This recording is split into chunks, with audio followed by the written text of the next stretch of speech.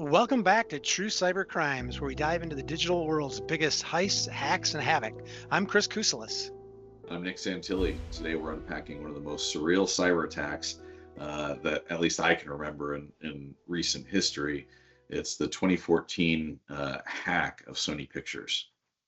This one had everything: Hollywood stars, leaked secrets, geopolitical drama, and a comedy movie that somehow triggered an international incident. Boy, does this sound like fun.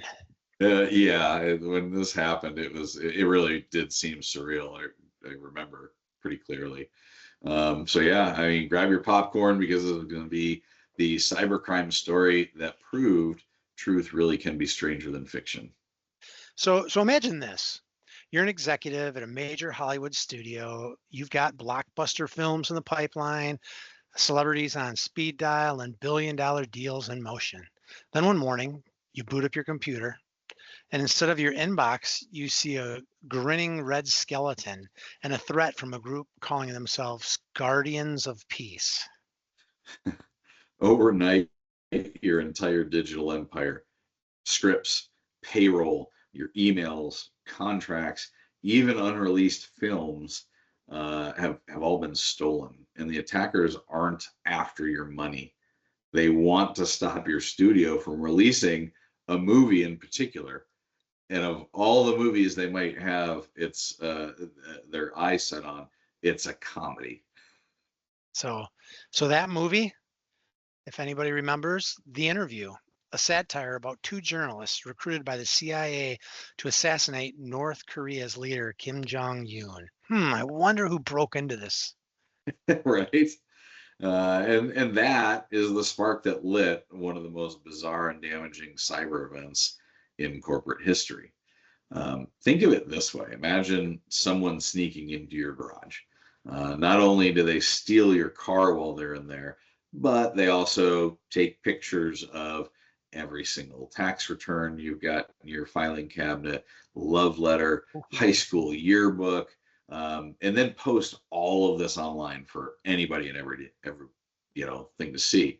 And that's basically what Sony Pictures went through in 2014. And let's not forget, this all started because of a comedy movie starring Seth Rogen and James Franco.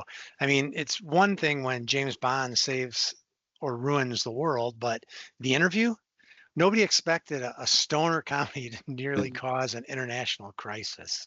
So, how did this hack actually go down? Reports show that the attackers had been lurking inside Sony's network for months, collecting data, mapping systems, and preparing their strike. Yeah, and just a little sidebar there. In the cyber community, we kind of refer to that as living off the land, right? For months, they were living off the land and learning, where all these documents were stored, what they had access to, who's who, what's what, making, their eventual, coming out party really dramatic because they already knew everything that they wanted. And Sony's environment wasn't exactly hardened. A flat network design, gaps in their patching, and poor monitoring meant that once the attackers got in, they moved around freely and for months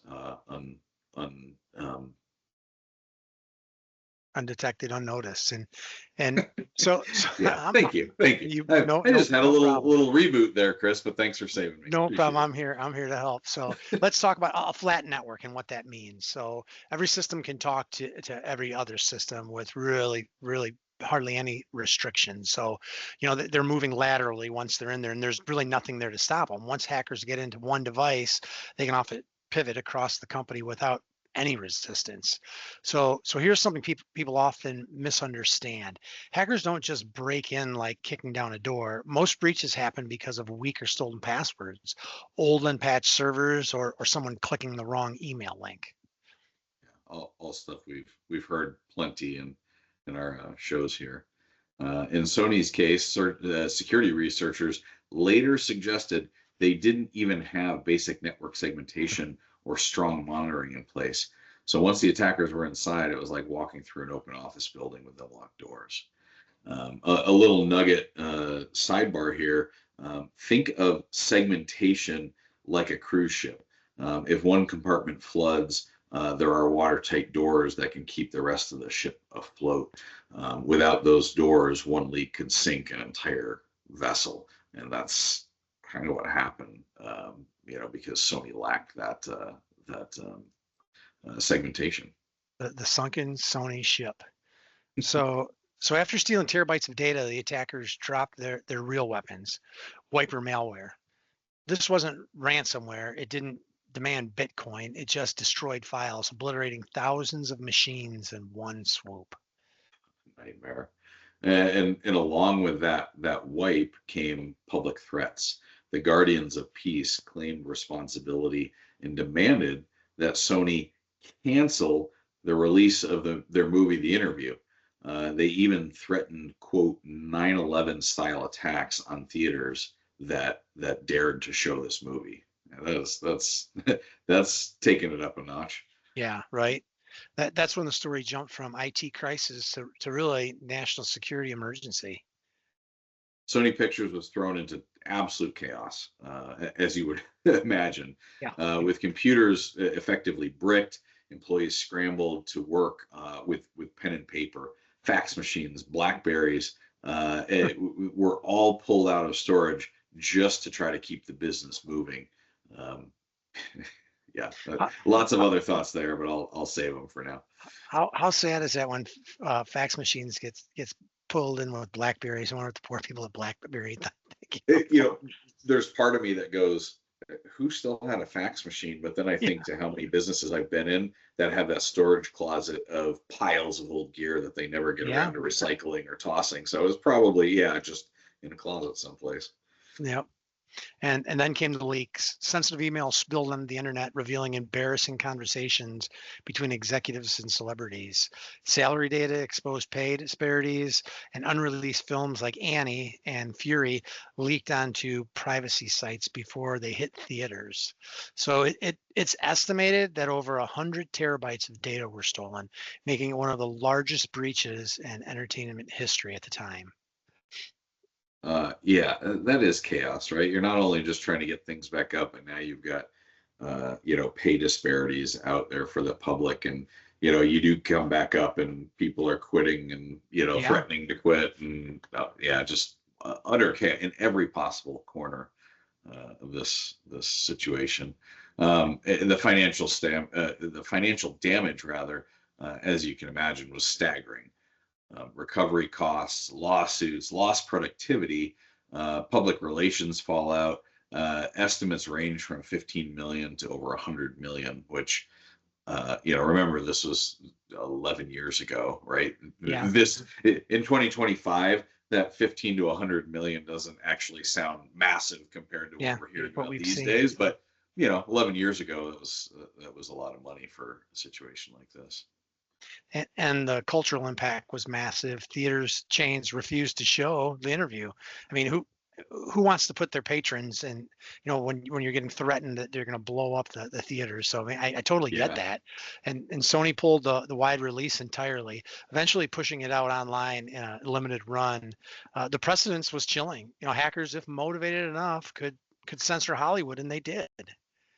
The human side of this hack often gets overlooked. Imagine being a Sony employee where your social security number, your medical history, your salary information all suddenly gets dumped online. Some of their Sony employees described it as identity theft on steroids. I mean, that's yeah, like all of your employer's information on you. Just there you go. Out for everyone. And yeah, and there were stories of staff having to go to identity theft recovery seminars on company time. Jeez. While also trying to keep movie productions on track. One employee said it felt like working in a company that had been burnt down, but the boss still expected movies to get made. So great. A breach doesn't just cost money. It destroys trust with employees, partners, and customers. And once that trust's gone, it's nearly impossible to win back. And we've talked about it before, Nick, that 15 to $100 million in lost revenue because people will never do business with them again. You can't put a number on it, I don't think. Yeah, I know. I don't. Yeah, it's so hard to quantify that. Some unknowns there, but pretty significant, I'm sure. Uh, so, one thing we haven't really talked about, other than, kind of a quick guess at the beginning, who's behind this? The I FBI and have the U.S. no government pointed idea. the finger squarely at North Korea, which I know is a real spoiler alert there. Oh no. Um, but specifically the Lazarus Group, which is a state-sponsored cyber unit within North Korea.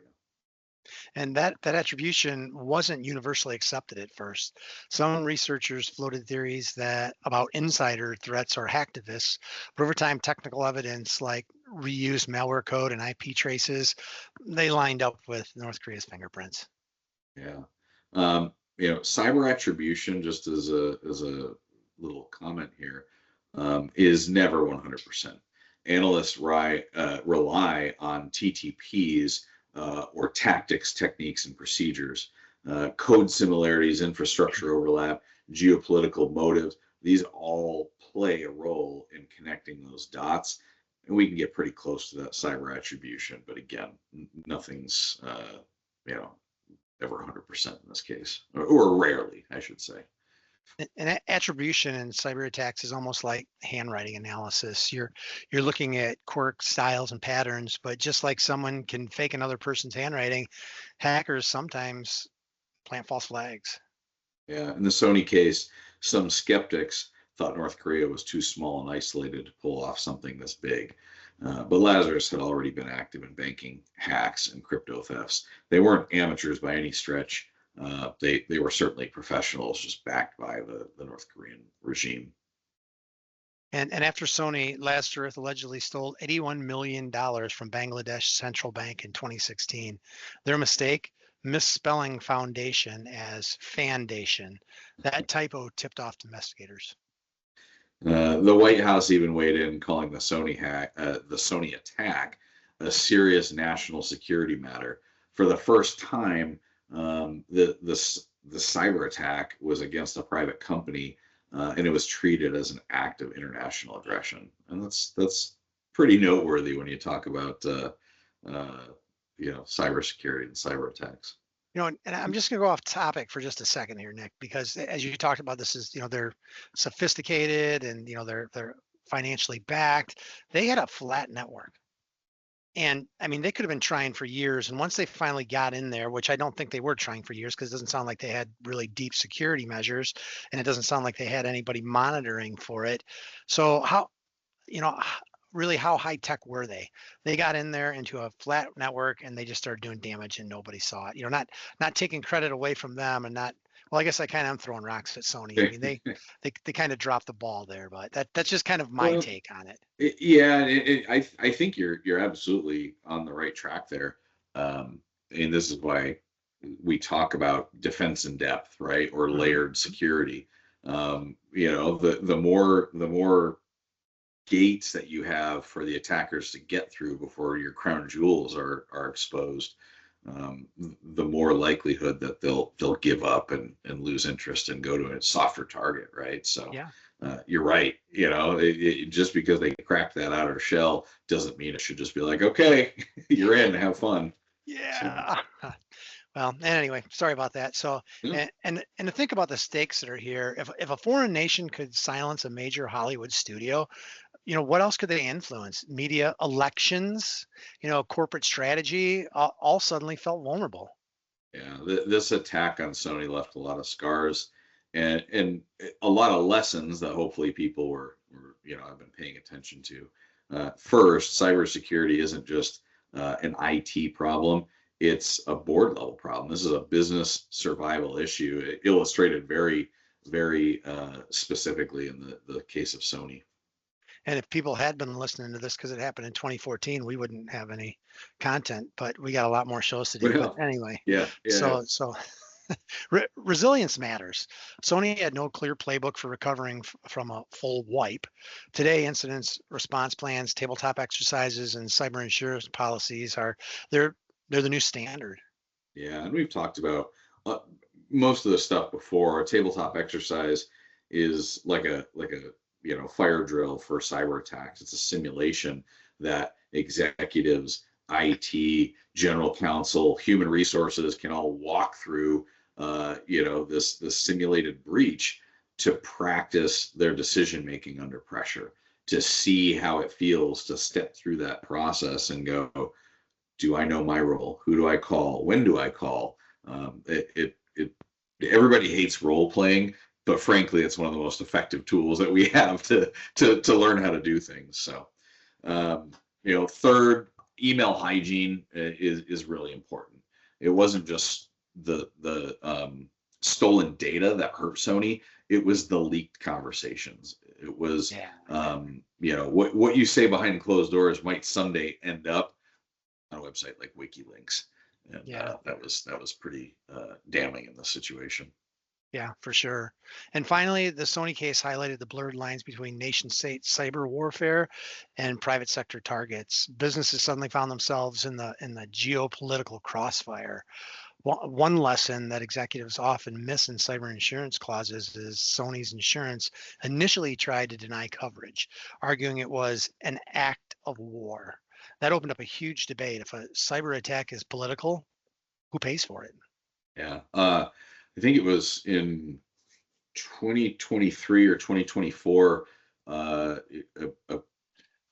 couple of my clients said that they had found when their cyber insurance renewed, there was a clause slipped in, that they would not cover any attack that was determined to have originated from a nation state. So if it wasn't a domestically driven cyber attack, the insurance policy was essentially null and void. And I've heard that's kind of had to be rolled back a little bit. But imagine that, right? You're paying all this premium for a cyber policy, and if you don't catch that one line in there, that's, again, it's always North Korea and Russia and Ukraine and like all these, Eastern, China, and so it's kind of a wild thing that happened for a couple of years there. You never hear San Diego, California is the rarely, rarely. Yeah. So, for first time for everything, probably, but and that's why modern policies are written differently now, especially in 2025. But here's the kicker: no insurance in the world can buy back your reputation once it's been trounced like this. I like to think of insurance a lot like an airbag in your car. It might save your life, but it won't stop the crash from happening. And it definitely won't fix your reputation if that accident was your fault because you were texting and driving. Yeah. So looking back a decade later, the Sony Pictures hack felt like a turning point. Studios and corporations alike invested heavily in security, not to mention governments too. The U.S. elevated cyber defense to a national priority, issuing sanctions against North Korea and increasing collaboration with private industry. It also emboldened adversaries. The Sony hack showed that cyber operators could achieve political goals. That's major. Kind of surprising that was the first time it was sort of discovered, hey, we can influence politics with this. But anyway, that's kind of was a bit of a turning point. It opened the door to later attacks, ones that we've heard, and talked about several times. WannaCry, NotPetya, SolarWinds did a show on the Colonial Pipeline. So open the doors to a lot of the things that we've all heard about. So the legacy is clear. Sony was a canary in the coal mine, warning us that cyber attacks are not just about money; they're about influence, power, and control. It even evolved the way Hollywood scripts were written. Following this Sony attack, studios started weaving cyber attacks more prevalently into movie plots. So suddenly hacking wasn't just some kid in a hoodie typing fast. It was a boardroom drama. There was elements of international intrigue, and certainly billion-dollar consequences. And the fun twist to this all is some people argue that the hack actually made The Interview more famous. A movie that might have done okay at the box office suddenly became a symbol of free speech. Yeah, that's it's funny how that happens, right? No, what's the line? all press is good press Yeah. kind of thing. Yeah. But that's all for today's episode of True Cyber Crimes. Pictures Hack was part crime, part political theater, in a big helping of cautionary tale for every business leader. So if you like the deep dive, subscribe and leave us a review. It helps more people discover the show. And remember, whether it's Hollywood or your own company, no one is immune to cyber risk. So stay alert, stay informed, and stay safe. Until next time, this is Chris Kuselis and Nick Santilli signing off. We'll see you next time, Nick. Thanks, Chris.